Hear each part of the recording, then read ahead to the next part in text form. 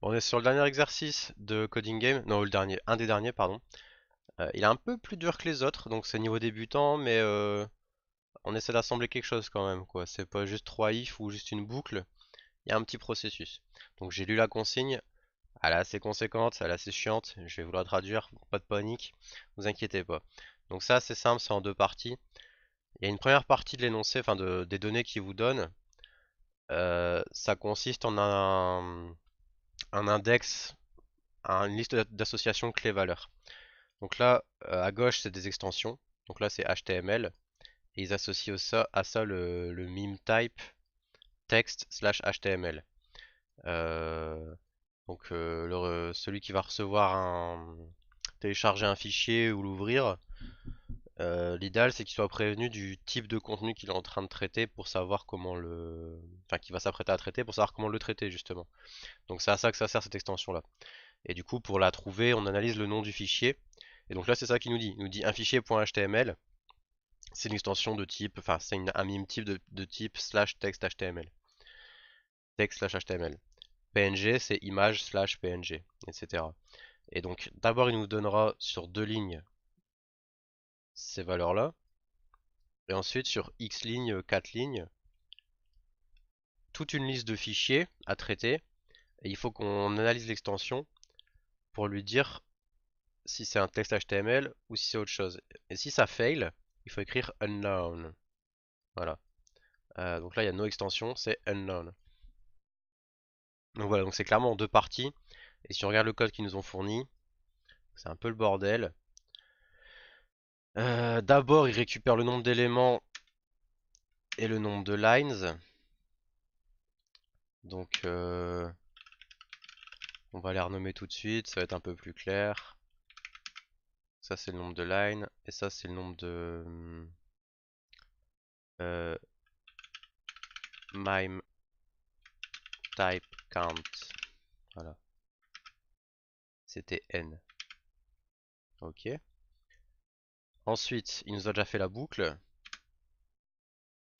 Ça c'est garbage ça. Donc la boucle qui récupère la première partie du fichier, donc avec le bon index et tout. Ensuite, il nous zappe une ligne. D'accord. Et ensuite, je bloque un peu parce que je me dis il nous zappe qu'une ligne alors qu'il y a plusieurs lignes, mais je pense qu'en fait le next là, tu vas avancer tout seul. Il va faire hop, hop, hop, et qu'il y ait une ou mille lignes, ça change rien. À la fin, on est sur la dernière. Et il fait le next line, tac, pour redescendre. Et après, en fait, on va travailler next line par next line d'un coup. Donc c'est pour ça, j'imagine.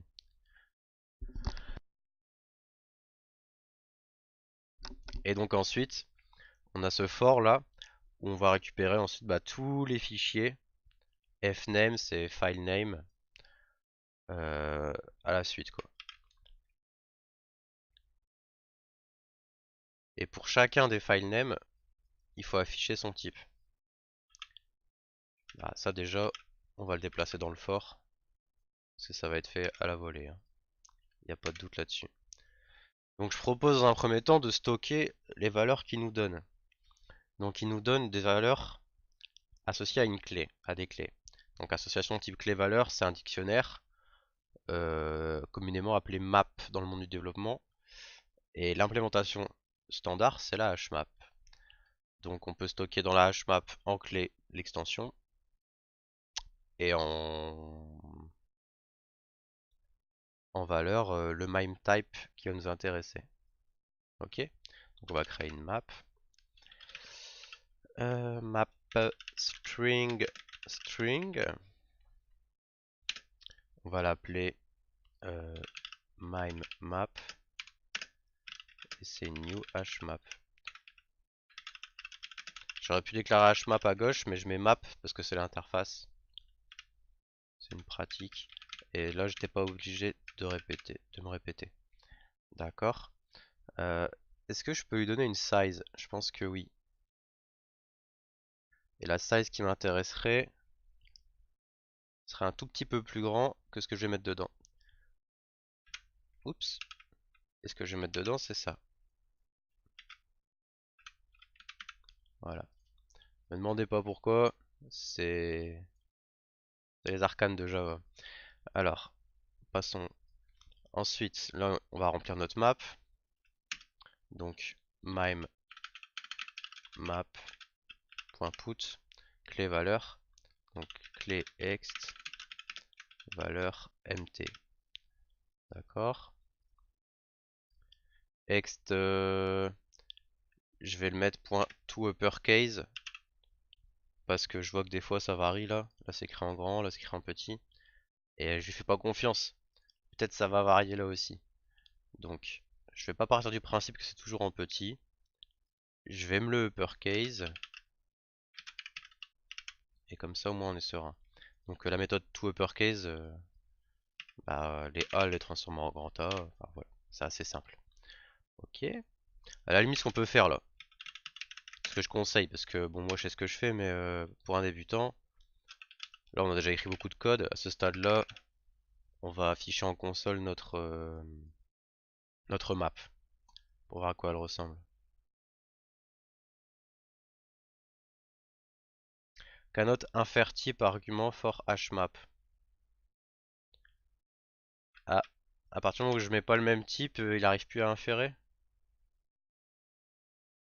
Non, c'est pas ça le problème. Ah, bah non. Attendez, qu'est-ce que j'ai raté? Ah, c'est peut-être ça?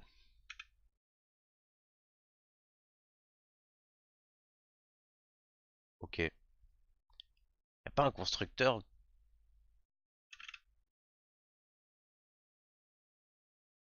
Bah si.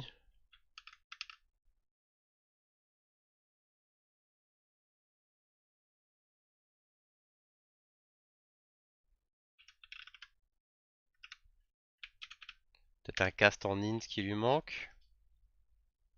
Ouais. Ok. En fait, x1.3, ça va m'envoyer un double. Et lui veut un int. Si j'avais un bon IDE, un bon compilateur, il me l'aurait souligné au lieu de me mettre une erreur cryptique là. Donc bref, la map, on voit qu'elle contient ça. Donc dans PNG, il a rangé image slash PNG. Dans grand GIF, il a rangé ça. Voilà. Donc, plutôt cool, c'est ce qu'on voulait. Euh, cette string là, comme je risque de l'afficher 10 000 fois, je vais me la mettre dans une constante. Static final, final surtout, pour dire que c'est une constante. Unknown mime type. Et comme ça, oups, on n'aura qu'une seule instance en mémoire. Forever, ever and ever. Et ça nous évitera de l'instancier à chaque tour de boucle en laissant les guillemets quoi. Ça c'est des trucs à la con qui traînent dans du code et ça nuit aux performances. Enfin, sur une application complète qui tourne avec beaucoup de code, beaucoup de modules qui ont été ajoutés au fil du temps, etc. Anyway.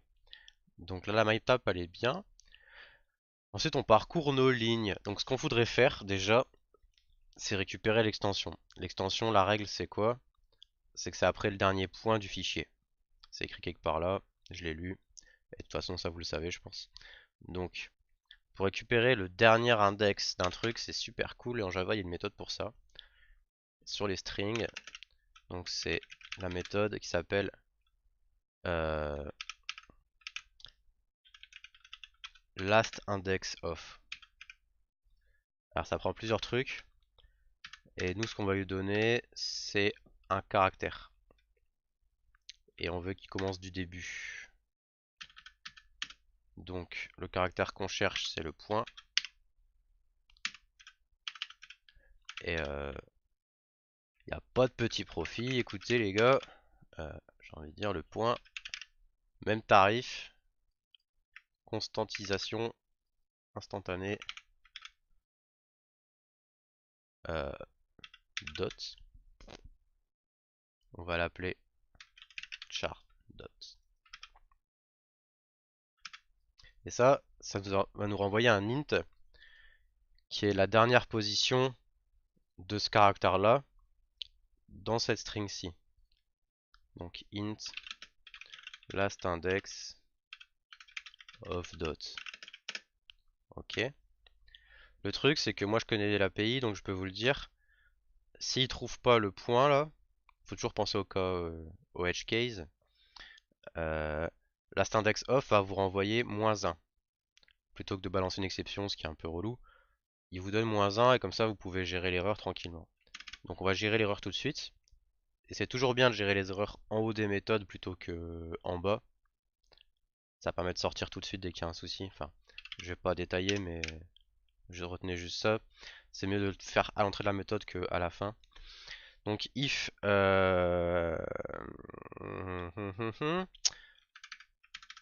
ce truc là,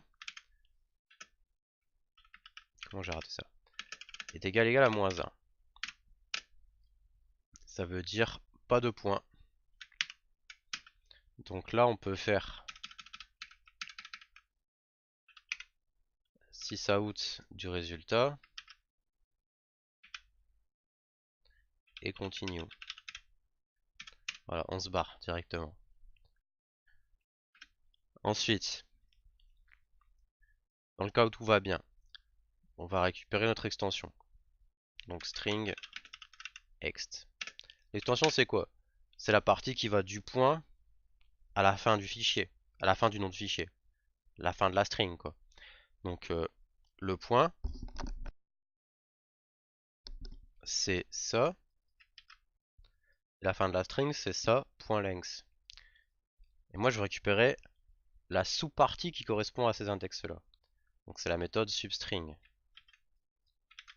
en lui donnant les index qui m'intéressent. SU subséquence, substring, non, substring. Donc moi je vais partir de là. Mais je veux pas le point. Si je pars juste de là, je vais récupérer le point aussi quoi. Par exemple, ma string ici c'est 0.txt.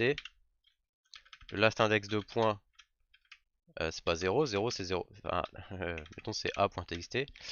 Euh, L'index de a c'est 0. Donc de cet emplacement là à celui-là c'est 0. De cet emplacement là à celui-là c'est 1. Donc le last index du point c'est 1. Si je récupère de 1 à la fin de ma string, il va dire bah le 0 il en veut pas. Je vais une case à droite. Ah bah le 1 il en veut, je commence ici. Et hop hop hop, il va me donner tout ça. Et moi je vais avoir .txt et je veux pas. Moi je veux juste txt. Donc là je fais +1. Et la fin, la fin, c'est la longueur de la string. Je vais aller jusqu'au bout en fait. Et après il y a cette petite particularité en dev qui est que les tableaux et les strings commencent à l'index 0 d'un point de vue ordinateur on va dire, de manière vulgaire. Et que par contre les méthodes longueur et taille vous renvoient ça d'un point de vue plus sensé niveau mathématique et humain. C'est-à-dire qu'une liste avec un élément, si vous demandez sa taille, elle vous dit 1, mais l'index de l'élément c'est 0. Si vous demandez l'élément qui a l'index 1, il vous dit il n'y en a pas. Il n'y en a que 1, il est 0. Il est entre 0 et 1. À 1, il n'y a plus rien quoi. Après le 1, il n'y a plus rien. Enfin, à partir de 1, il n'y a rien. Donc tout ça pour dire, si je reprends mon exemple ici là de a.txt, sa longueur c'est 1, 2, 3, 4, 5. Ok. Mais l'index des caractères c'est 0, 1, 2, 3, 4. Donc si je demande jusqu'à 5, normalement ça va foirer quoi. À moins que lui dise je m'arrête avant. Mais je pense pas que ce soit le projet. Donc là je vais mettre -1. Mais bon on saura que si je récupère s'il manque une lettre c'est que j'ai fait du zèle quoi. Donc ça c'est l'extension. Et de même que précédemment, on peut la loguer pour voir où on en est. Puis d'ailleurs je peux laisser ça. Ok, extension. Et à la limite je vais remettre le fichier name quoi. Filename /ext 2. Donc file name. Oh mon dieu, c'est horrible de faire ça. Mais bon. Euh... Animated.gif, j'ai J, PN et HTM. Donc il s'arrête bien juste avant. Voilà. Comme quoi, après des années, on peut encore oublier des trucs comme ça, quoi. Mais bon, il faut savoir qu'on sait pas et que du coup, faut faire un petit run console pour vérifier où est-ce qu'on met le moins 1 ou quoi, le faire direct, le corriger et c'est tout. Pas rester avec ça pendant 3 jours, hein. Ok, là j'ai envie de le uppercase ce truc-là quand même, de le mettre en majuscule. Donc après mon point substring, ce que je récupère c'est une string. Donc je peux le uppercase. Hop. Voilà, c'est devenu gros. GIF, PNG, c'est mieux. Et ce que je veux faire maintenant, c'est récupérer le MIME type qui est associé à ça. Et c'est pas dur, il est dans ma map. Donc string MIME type, c'est ma map qui s'appelle mimemap.get de l'extension. L'extension étant la clé. Là, je l'ai bien travaillé. C'est bien PNG. Là, c'est écrit PNG. Donc ça devrait aller. Elles sont identiques. Et donc je m'attends à récupérer ça, moi. Ok. Mais si jamais j'ai une extension qui n'est pas gérée, ça va être nul. Donc if MIMEType égale null. Même tarif. Alors là, ça fait du code dupliqué, c'est pas top. Mais quand on gère des erreurs, d'habitude, c'est pas du code dupliqué. Chaque erreur, elle a sa petite raison d'être.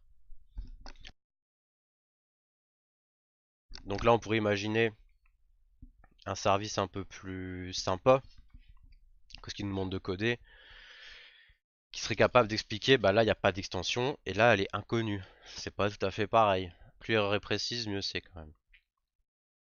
En règle générale. Donc s'il n'y a pas... En fait, une map, quand vous faites un get d'une clé qui n'existe pas, elle vous renvoie nul. Donc si le string est nul, voilà quoi. Ok, et sinon, si on arrive ici, c'est que, a priori, tout s'est bien passé, hein. On a récupéré une extension à lui donner, quoi. Bah, on va l'afficher, hein, tout simplement. Et je vais commenter mes 6 out. Non, pas cela. Cela. J'ai déjà commenté l'autre. Parfait. Tout ça c'est inconnu, ça passe. C'est quoi les tests? Ok, donc ça c'est des types qui n'existent pas.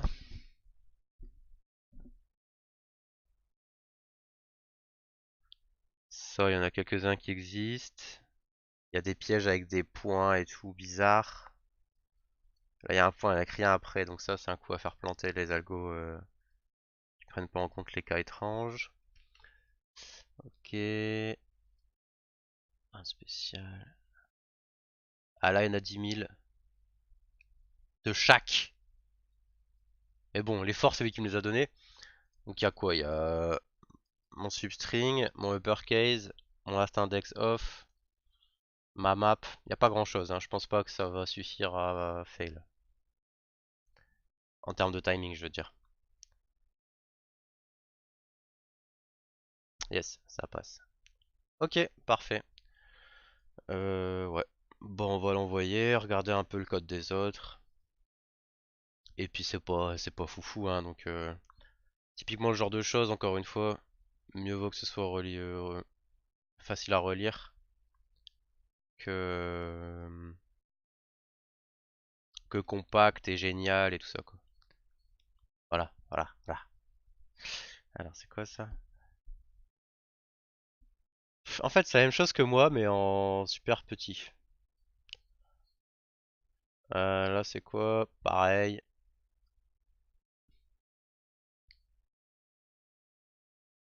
Pareil. Ouais bon. Pas trop de créativité apparemment sur celui-là. Bon, voilà. Plus qu'un ou deux là. Allez, salut.